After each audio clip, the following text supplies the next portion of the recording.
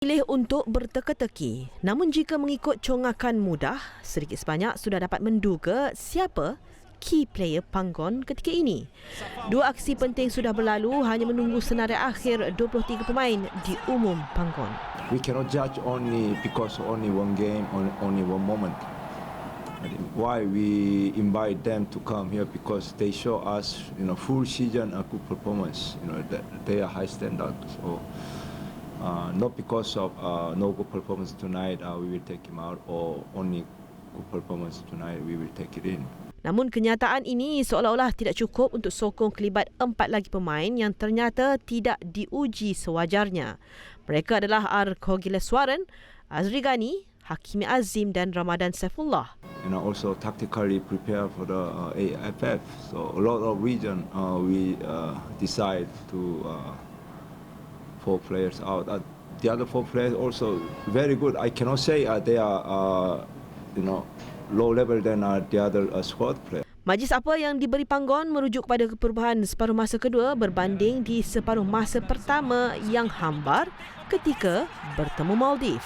No, I think they are not schoolboy. They know what was happened. I need to just guide them, just leader. You can see that in the second half much better. They are professional, high level. They are good player.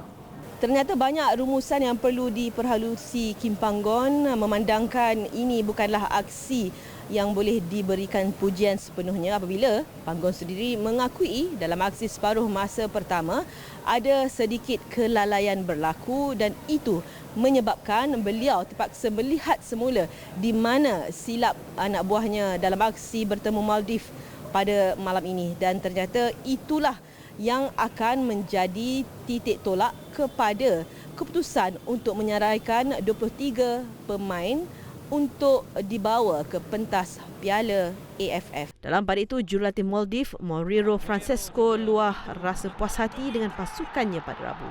Walaupun tewas, tekanan yang diberi di babak pertama cukup untuk Francesco mengorak langkah menjelang aksi pertama bertemu Singapura di Piala AFF. I am happy because my team good match again the strong team, but 3 mistake individual, 3 goal. But coach happy because my team player with intensity. Disiplin taktik. Dalam pada itu, Pertahanan Negara Shahrul Nazim Zulpakar sedia rampas tempat Dion Kul selepas 2 aksi persahabatan dianggap cukup buktikan kemampuannya kepada Kim Panggon. Ternyata tanpa Kul beri kelegaan buat Shahrul Nazim. Dia berpuas hati dengan peluang yang diberi sekaligus yakin sudah membuka mata Panggon dengan kemampuan yang ada padanya juga mampu beri impak kepada pasukan. So saya rasa ketiadaan Dion Kul pun kita tak tahu lagi. So daripada strategi Coach Kim kita tak tahu sama ada dia nak letak saya atau Dion Kul. So kat situ saya kena fight lah untuk tempat. Macam saya cakap, saya kena fight walau macam mana pun saya kena fight tempat untuk saya main kesebelasan utama. So saya rasa lepas ni tak kisah tempat mana yang Coach Kim letak, saya akan cuba buat yang terbaik dan akan dapat kemenangan lah untuk perlawanan AFF ni. Selain dari nama Shahrul Nazim, gelaran Afro juga amat sinonim dengan pemain Selangor ini. Andai ramai yang menganggap itu sebagai lucky charm buat Nazim, Pertahanan Negara ini anggap ia sebagai rezeki yang mungkin membuatkannya lebih dikenali di atas padang selain prestasi terbaik yang cuba dibawa olehnya. Penat tapi happy sebab kami dapat kemenangan kedua kali ini. So saya rasa ini membakar semangat kami pemain untuk kami orang kata nak menghadapi first game nanti menentang Myanmar. So kami harap kami akan recovery dengan betul. Tak adalah rambut, memang asal saya pun tak sangka rambut saya boleh jadi macam ni. So mungkin rambut ni lah membuatkan rezeki bagi saya. So betul. Okey, 2 pemain ini menyinah pada 2 aksi persahabatan kali ini bersama dengan Lee Tak juga. Daripada 13 penampilan bersama pasukan negara, Faizal Halim telah menjaringkan 5 gol sementara Darren yang mewakili Malaysia sebanyak 15 kali telah menghasilkan 2 gol.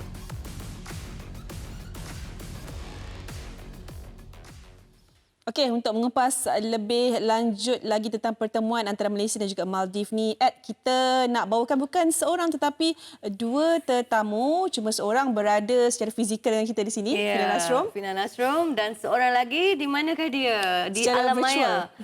Secara virtual, Asmawi Bakiri. Okey, kejap lagi ya. Kita nak... tu dia Mawi. Tunggu Mawi, kita start dengan Fina dulu ya. Alright. Okey. Okey, kita mulakan dengan Fina terlebih dahulu. Lawan Kemboja menang 4-0. All good kan.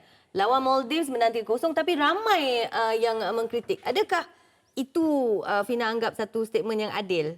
Tidak adil kerana kita tahu perlawanan persahabatan boleh dikatakan sebagai perlawanan untuk menguji setiap pemain.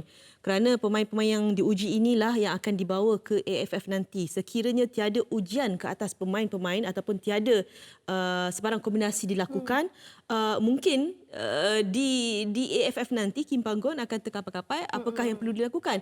Jadi ini adalah persediaan awal sebelum ke AFF.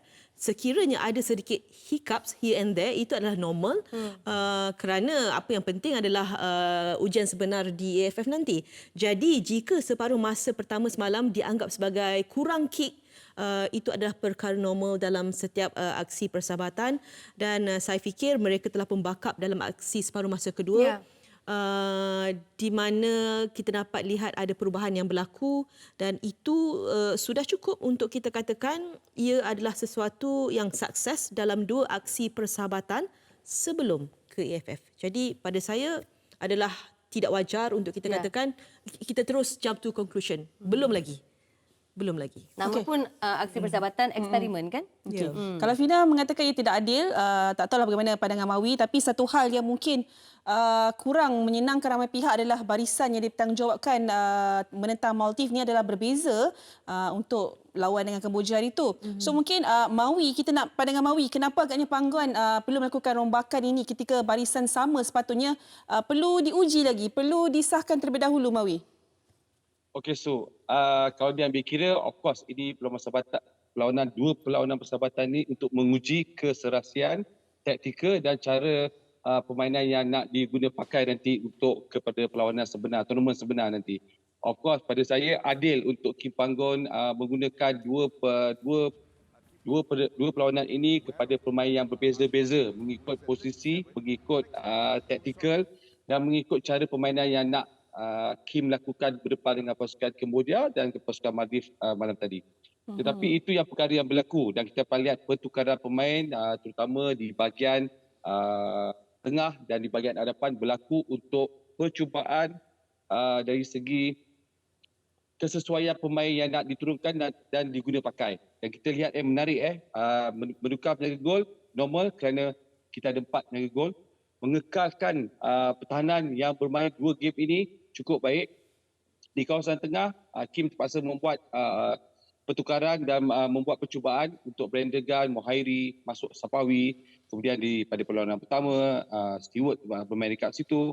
So Faizal konsisten menjadikan gol 2 perlawanan cukup baik. Darren, top striker yang kita anggap akan bantu kita untuk pergi mendapatkan gol. So dekat sini, percaturan dari segi pemain yang bukan starting 11 tetapi pemain yang bukan pemain first 11 yang diturunkan tetapi starting player kerana pemain yang di luar tu juga dianggap sebagai first 11 yang akan beraksi. So untuk eksperimen 2 perlawanan ini ketika ini cukup baik. Tapi pada masa saya sikit menambah sedikit kekurangan pada pasukan lawan yang menentang kita kedua game ini kerana nampak sedikit kurang persediaan daripada pasukan lawan memberikan tekanan kepada pasukan negara.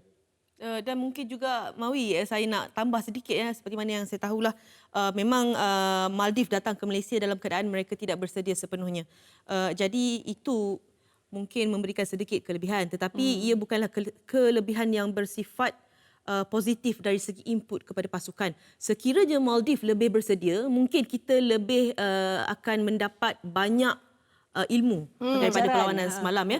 Jadi mungkin selepas ini kita boleh mengharapkan FAM agar lebih memilih pasukan untuk diuji oleh Malaysia supaya ia bukanlah satu aksi yang hanya memberikan kemenangan mudah kepada Malaysia. Betul.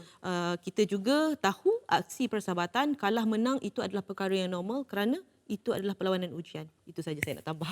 Betul, kita tengok juga kalau pasukan negara kalau pasukan tu lawan lagi mantap, kalau pasukan negara buat kesilapan, kat situlah boleh perbetulkan menjelang AFF Betul, kan. tak nampak kan? Okey, Fina ada di perlawanan semalam kan. Jadi saya tertarik dengan kenyataan Kim Panggon di bilik persalinan sebaik tamat separuh masa pertama yang mungkin menjadi punca utama perubahan aksi di babak kedua. Fina boleh elaborate? Ya. Tidak dikongsikan dengan jelas oleh Kim Panggon apa yang berlaku di bilik persalinan. Tetapi sebaik ada wartawan yang bertanya, adakah Kim Panggon melepaskan kemarahan dalam bilik persalinan? Apa yang ditegaskan oleh Panggon mencuit hati saya kerana dia cakap, kenapa saya perlu marah? Mereka bukan budak sekolah. Jadi dekat situ masing-masing tahu tanggungjawab. Mereka tahu ada silap yang berlaku dalam aksi separuh masa pertama dan ada teguran dilakukan oleh Kim Panggon dan mereka berjaya ataupun sekurang-kurangnya mampu mengubah ataupun memperbetulkan keadaan. Okey. Dan dapat dilihat dengan jelas aksi separuh masa kedua ada dia punya perbezaan dari segi corak permainan, dari segi keinginan untuk melawan, keinginan untuk menghasilkan sesuatu yang lebih baik. Jadi saya suka pendekatan yang diambil oleh Panggon. Kalau kebiasaannya yang kita tahu, kalau jurulatih daripada Korea, daripada Jepun, mereka memiliki satu karakter yang tegas, garang. Mungkin Panggon ada perkara itu tetapi cara dia membawakan wataknya adalah dengan cara yang lebih berkesan untuk generasi sekarang. Jadi saya Senang fikir untuk diorang nak adapt kan. Jadi saya fikir itu lebih memberikan input yang berkesan kepada pemain dan satu perkara positif yang dapat dibawa keluar ke atas padang untuk aksi separuh masa kedua itu yang lebih baiklah saya rasa. Interesting. Okey, kita tahu berdasarkan sekarang ini dua aksi yang dah berlangsung, ada 4 babak. Ada yang babak yang kita rasa macam okey, ada babak yang Kim Panggon berkata tak smooth. So adakah mungkin Fina merasakan kesediaan Malaysia ni untuk ke Piala AFF ni? Tinggal berapa hari lagi je, Fina? Kita tanya Mawi dulu. Kita tanya Mawi dulu. Itulah Mawi senyum je tu. Mawi ada benda nak. Ada, mesti ada benda nak cakap tu. Mungkin Mawi nak tambah dulu. Okey. Untuk diambil kira Adlin, Fina, kalau kita lihat perjalanan dua perlawanan ini untuk kepada perlawanan sebenarnya nanti mungkin cukup berbeza nanti. Saya tak nafikan walaupun kita menang mudah, kita tetap anggap kita menang mudah daripada dua perlawanan ini. 7 gol tanpa bolos, tanpa diberikan tekanan yang banyak ke atas pasukan. Tetapi matlamat utama adalah menyusun pemain untuk dibawa kepada perlawanan sebenar nanti. So dekat sini saya dapat jangkakan bahawa kalau dia ambil kira kedudukan pemain-pemain kita boleh konsisten dengan dua perlawanan ini, apa yang berlaku, cara perlawanan itu kita menghadapinya, saya jangkakan kita akan ada sedikit laluan yang baik nanti ketika bertemu dengan pasukan Myanmar akan datang. Tapi pada masa yang sama, saya tambah sikit adalah faktor jadual kita juga cukup membantu kerana kita bermain di away dulu, kemudian balik di sini dengan pasukan Laos, kemudian last dengan pasukan Singapura. Sedikit sebanyak nanti kita perlukan daripada 4 perlawanan ini, kita perlu mengambil mata penuh dan mencuri satu mata di tempat lawan. InsyaAllah mungkin kita akan layak ke peringkat akhir nanti. Oh, pergi final, Fina. Terus final. Okey, tak apa. Mungkin saya sikitlah nak tambah. Kalau melihat pada rekod dalam aksi AFF, aksi pertama kita akan start dengan kekalahan. Mungkin selepas ini kita boleh mengharapkan aksi yang lebih positif ataupun langkah yang lebih positif pada skuad negara lah. Pertemuan dengan pasukan Myanmar, walaupun ramai yang melihat kelebihan memihak kepada Malaysia di atas kertas, tetapi itu bukanlah perkara yang boleh kita anggap enteng kerana setiap pasukan dalam Asia Tenggara ini sudah pun melalui fasa perubahan yang cukup baik. Ya. Tak kiralah Myanmar, Indonesia, Singapura. Kalau diingat kita tewas kepada Singapura dalam aksi persahabatan pertama yang dibawa oleh Kim Panggon di Singapura tempoh hari. Jadi itu adalah satu orang kata langkah yang perlu berjaga-jagalah oleh skuad kebangsaan. Sekiranya kita memiliki impian cukup besar, sepatutnya ia haruslah bermula dengan satu langkah yang positif iaitu kemenangan dalam aksi pertama. Itu yang kita harapkanlah untuk Tapi kalau pertemuan dengan Myanmar. ikutkan Argentina pun first game kalah Wina. Dengan Saudi Arabia. Tapi pergi final. Tapi itulah 2010 pun kita tewas dengan Tewas Indonesia first game kan? dan champion. Betul. Tapi mungkin itu lagi cam. Kita pun tak tahu kan. Maui, berdasarkan dua aksi persahabatan kan dengan Kamboja dan juga dengan Maldives. Apa yang Maui boleh nampak gambaran yang lebih besar mengenai pasukan Malaysia menjelang AFF? Saya confirm Miki mesti ada dalam list Maui dah. Okey, kalau kalau nak ambil kira apa yang kita dapat gambaran kepada dua perlawanan ini untuk menghadapi perlawanan sebenar, kita tolak ketepikan isu hal pemain utama ataupun key player yang tidak ada bersama pasukan. Yang lebih penting pada saya, apa yang Kim ada ketika ini, pemain-pemain ini cukup boleh diguna pakai, boleh diharapkan, kerana pada saya senang Kim yang memilih sendiri pemain-pemain ini setelah pemain utama tidak boleh dibawa. Dan ini bukan lagi masalah kepada kelab lain ataupun pemain itu, tapi pada kita akan lihat di mana kedudukan Kim sendiri yang mengatur menggunakan pemain-pemain yang dia ada ini untuk membawa kepada pasukan kita dengan peringkat yang lebih baik. Jika dilihat dua perlawanan ini, betul saya masih lagi meletakkan harapan bahawa dua perlawanan ini tidak menggambarkan sebenar kekuatan pasukan negara dari segi persiapan, tetapi kelebihan pemain-pemain ini yang beraksi baik, pemain utama di semua kelab yang dipanggil ini cukup kuat untuk pasukan kita, dan lebih kepada nanti menunggu perancangan apa yang Kim akan lakukan. Cakap tentang perancangan tu Fina, kita dah boleh tahu bila agaknya untuk player yang 23 players yang akan ke AFF ni.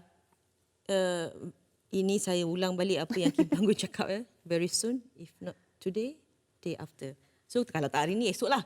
Sebenarnya kita nak tahu dengan lebih cepat lah kan, supaya kita dapat merangka apakah kemungkinan yang akan berlaku dan sebagainya. Tapi saya tertarik sebenarnya dengan apa yang diperkatakan oleh Syarul Nazim tadi kerana ketiadaan Dion Kools, dia sekarang ada peluang untuk menonjolkan apa yang ada pada dirinya. Kalau sebelumnya ada Dion Kools, jadi dia macam dibayangi oleh Dion Kools. Yes, jadi saya dan saya bersetuju juga dengan Mawi yang menganggap ketiadaan pemain-pemain utama bukanlah satu, orang kata, alasan dah.